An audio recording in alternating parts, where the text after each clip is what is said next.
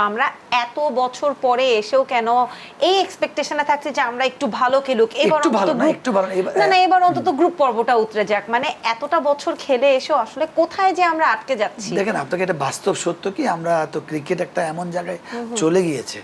আপনি যদি talk show বলেন, রাস্তা রিক্সাওয়ালা বলেন, পিএম বলেন, আমরা বলি, সব কিন্তু ক্রিকেট নিয়ে মাতামাতি। এই জন্য আপনাকে বাস্তবতা মানতে হবে, এখনো আমরা ৯ নম্বর দল, এটা কিন্তু তাদের মানতে হবে।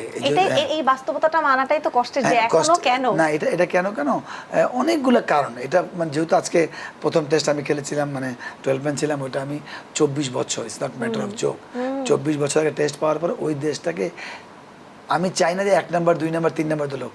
যেহেতু আমাদের এত ক্রিকেট পাগল দেশ, ক্রিকেট বোর্ড অনেক হেলদি, তো ওইটা আমরা স্ট্রাকচার ইমপ্রুভ করেছি, লোকাল ক্রিকেট ইমপ্রুভ করেছি, কিন্তু ইন্টারন্যাশনাল কমপ্লিট করার জন্য এটা প্লেয়ারদের দোষ তো আছেই, কিন্তু প্লেয়াররা মানে বলে না বাই বোন ক্রিকেটার বা বোন গায়িকা বা বোন স্পোর্টসম্যান, কেন বলে তো ওই একটা জায়গা থেকে যখন 7-8 বছর থেকে যেভাবে নার্সিং করা দরকার ওইভাবে কিন্তু আমরা করতে পারি না। কারণ 24 বছর আমি বলছি না, কিন্তু হয়তো আমার সঙ্গে একমত হবেন না, কি আজকে আমরা মোটামুটি টেস্ট খেলছি 24 বছর, ওয়ার্ল্ড কাপ খেলে ফেলেছি 8টা বা 8টা আমরা 3rd ওয়ার্ল্ড কাপ চলে।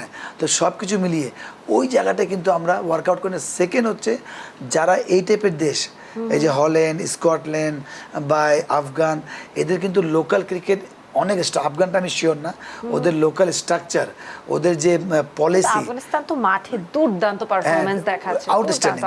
ওদের তো আমি যাই না, আমার খুব শখ আফগান লিগ বা এগুলো দেখা, কেন ওরা যেভাবে এসে ডমিনেট করে ওয়ার্ল্ড ক্রিকেট এসে, সেম আমরাও করি ওয়ান ডেতে। আমরা ওরকম টেস্টে এরকম মানে আমরা ভালো খেলি, বাট ডমিনেট করি না, টপ খেলছি, ভালো খেলছি, কিন্তু খেলার যে প্রমিসিং পারফরম্যান্স যেটাকে বলে বা কনসিস্টেন্সি, সেটা না। ওয়ান ডেতে আমরা ভেরি মাচ কনসিস্টেন্ট ছিলাম। আমরা গত 1-1.5 বছরে আমরা ওয়ান ডেতে খারাপ খেলছি, বাট আদারওয়াইজ কিন্তু আমরা ওয়ান ডেতে বরাবরই কিন্তু আমরা ভালো খেলি। কিন্তু কোনো মিরাকেল হতে পারে না যে কোন একটা মিরাকেল হয়ে গেল আমরা জিতে গেলাম? না, জিতে গেলে তো অন্য জিনিস। উনি যেটা বলছে এটা আমরা চাই না, আমরা চাই কনসিস্টেন্ট, যেটা আমাদের ওয়ান ডেতে হয়। আমরা প্রতিটা দল ভয় পায় বা আমরা সিরিজ জিতি 2-1 বা 2-1 হারি, এরকম হয়। টি-20 কিন্তু আমরা ভালো খেলছিলাম, গত আবার 3-4 মাস খুব বাজে খেলেছি।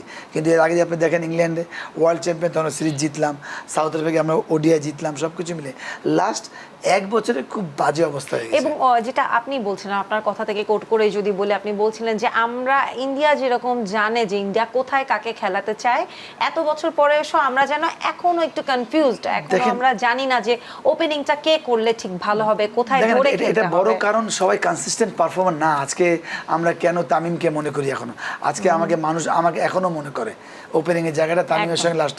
বা আপনার এতগুলো ওপেনার আসছে, অনেকগুলো, সৌম্য আসছে, নাইম শেখ আসছে, কি নাম, অনেক বিজয় আসছে, মানে আমি 8টা-9টা লাস্ট 5 বছরে আমাদের লিটন আছে, সবাই 8-10টা ওপেনার ঘুরে ফিরে কেউ এস্টাবলিশ হতে পারেনি। লিটন 1 বছর ভেরি মাচ কনসিস্টেন্ট ছিল টেস্ট ম্যাচে, যেটা 2022 বা 23-এ। তো ওই একটা জায়গায় বড় কারণ। দ্বিতীয় যেটা বললাম আমি, একটা ছোটকাল থেকে এমন প্রসেসে আসে ওরা, আর ইন্ডিয়ার কথা এখন বাদই দেওয়া যাবে। কারণ ইন্ডিয়া আমাদের সময় ছিল টেন্ডুলকার, গাঙ্গুলি, এরপর যাওয়ার পর ওরা যেভাবে মানে অস্ট্রেলিয়ার পলিসি নিয়ে এখন অস্ট্রেলিয়াকে তারা কাবু করে ফেলেছে, তাদের স্ট্রাকচার, তাদের পলিসি, তাদের যেমন ইন্ডিয়া স্ট্রাগলিং করতো ফাস্ট বোলিং নিয়ে, খুব স্ট্রাগলিং হতো। ইন্ডিয়া করলো কি, এই গত 5-7-10 বছরে বুমরা, সামি, এই যে সিরাজ, 10 বছরে এমন বলার বানালো টেস্ট ম্যাচের জন্য। ওয়ান ডে আলাদা বলার, টি-20 বুমরা আলাদা বলার, টেস্ট ম্যাচে বুমরা খেলে, বাট স্পেশাল সামি থাকে টেস্ট ম্যাচে, যেটা ওয়ার্ল্ড কাপে সামি ড্রপ ছিল। মানে ওদের এক একটা প্লেসের জন্য যেন অপশনের অভাব নেই। আরো একটু আসবো জাভেদ ভাই, আমাদের ছোট্ট একটা বিরতি নেবার সময় হয়েছে। আমি বিরতি থেকে ফিরে আবারও একটু ইন্ডিয়া নিয়ে কথা বলতে চাই। Team India is very important.